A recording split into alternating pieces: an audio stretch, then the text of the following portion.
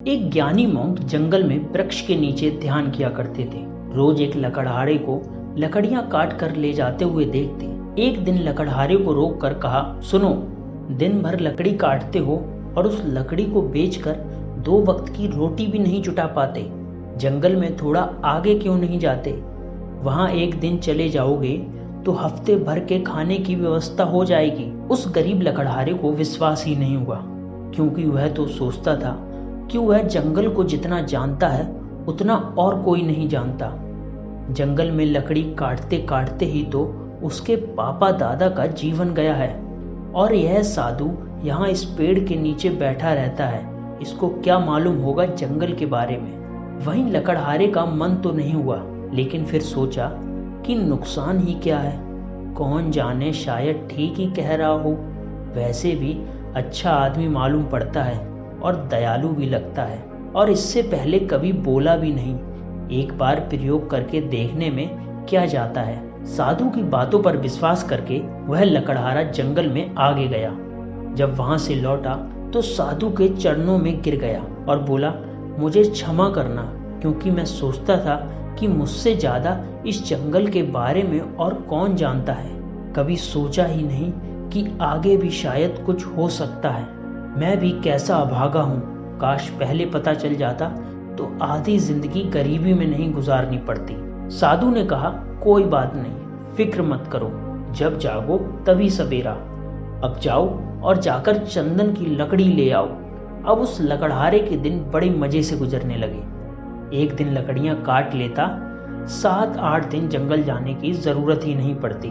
बाजार में उसे उसकी अच्छी कीमत मिल जाती, जिससे वह अपने परिवार के लिए हफ्तों के राशन पानी का बंदोबस्त कर लेता। ऐसे ही दिन गुजरने लगे। लकड़हारा हफ्ते में एक दिन जाता, चंदन की लकड़ियां काटता और जाकर उन्हें बाजार में बेच देता। फिर एक दिन उस साधु ने उस लकड़हारे से कहा, तुम्हारे मन में सवाल नहीं आता कि इसके आगे भी कुछ हो सकता है? लकड़हारा बोला, मेरे मन में यह सवाल आया ही नहीं कि इसके आगे भी कुछ हो सकता है। साधु ने कहा कि आगे चांदी की खदान है। एक दिन लेने जाओगे तो 4-5 महीने के लिए हो जाएगा। अब वो लकड़हारा भी उस पर भरोसा करने लगा। 4-5 महीने में एक बार आता और अगले 4-5 महीने आराम से रहता।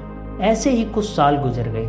एक दिन जब लकड़हारा चांदी लेने जंगल जा रहा था तो वह साधु फिर बोला, थोड़ा और आगे जाओ, आगे सोने की खदान है। वहां इतना सोना है जिससे तुम्हारी पूरी जिंदगी बदल जाएगी। अब सोने की खदान का पता चल जाने के बाद लकड़हारे एक बार सोना लेने जाता और साल भर तक जंगल ही नहीं आता। उसकी जिंदगी बड़े आराम से गुजर रही थी। ऐसे ही कुछ साल गुजरने के बाद जब लकड़हारा जंगल में सोने की खदान की तरफ जा रहा था तो उसे वह फिर साधु मिला, जो पेड़ के नीचे बैठकर ध्यान कर रहा था। जब उसने लकड़हारे को सोने की खान की ओर जाते हुए देखा तो बोला, तुम कभी खुद से आगे जाओगे कि नहीं, या मुझे हर बार तुम्हें बताना पड़ेगा? तुम्हें खुद अपनी तरफ से सवाल नहीं उठता? मन में जिज्ञासा नहीं होती कि आगे जाकर देखें क्या है? लकड़हारा बोला, मैं भी मंदबुद्धि हूँ, मुझे ख्याल ही नहीं आया। मैंने सोचा सोने से बड़ा क्या हो सकता है। साधु ने कहा, सोने की खानों के आगे वहां तुझे हीरे की खदान मिलेगी। जब वह लकड़हारा वहां जाकर देखता है तो उसे अपनी आंखों पर भरोसा ही नहीं होता, और वह वहां से हीरे लेकर चला जाता है। फिर कई सालों बाद वापस जंगल में आया तो उसे उसी पेड़ के नीचे वही साधु मिला। साधु ने कहा, तुम कितने मूर्ख हो, तुम्हें अभी तक ख्याल नहीं आया कि मुझे ये सब पता होने के बाद भी मैं आराम से पेड़ के नीचे बैठकर ध्यान कर रहा हूँ। तुम्हें कभी जानने की इच्छा नहीं हुई कि आखिर मेरे पास ऐसा क्या है जो इन सब चीजों से बहुत ही ज्यादा कीमती है? लकड़हारा बोला, अब छोड़ो भी, मेरे पास अब इतना पैसा है, मुझे हीरे से ज्यादा और कीमती क्या ही होगा? साधु ने कहा, हीरे के आगे मैं हूँ। क्या तुझे कभी ये ख्याल नहीं आया कि ये आदमी मस्त यहाँ बैठा है, जिसे पता है हीरों की खदान के बारे में, मगर वह हीरे नहीं भर रहा, उसे कुछ बड़ा मिल गया है, तभी तो ये यहाँ बैठ के तुम्हें कभी ये विचार नहीं आया? उस साधु की बात सुनते ही वह लकड़हारा रोने लगा और उस साधु के पैर पकड़कर कहता है, मैं भी कैसा मूर्ख हूँ, कभी ये सोच ही नहीं पाया कि सोने चांदी हीरे जवाहरात छोड़ दिए, उसके पास जरूर इन हीरे जवाहरातों से भी ज्यादा बड़ा धन होगा। मैं जानना चाहता हूँ कि तुम्हारे पास में कौन सा धन है जिसके सामने इस दुनिया की सारी दौलत छोटी है। साधु बोलता है, वही तो मैं तुम्हें बताना चाहता हूँ। उस धन का नाम है ध्यान।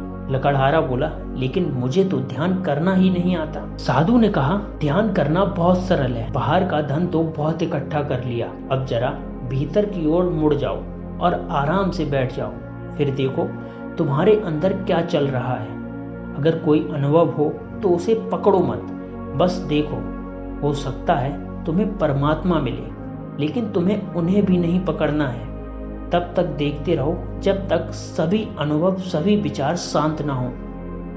मगर ध्यान रहे, जबरदस्ती किसी भी अनुभव को करने की कोशिश मत करना। इस विचार को खत्म करने के प्रयास कभी मत करना। जब कोई अनुभव ना रहे, कोई विचार ना रहे, तब तुम निर्भीक होकर समाधि में स्थित हो जाओगे।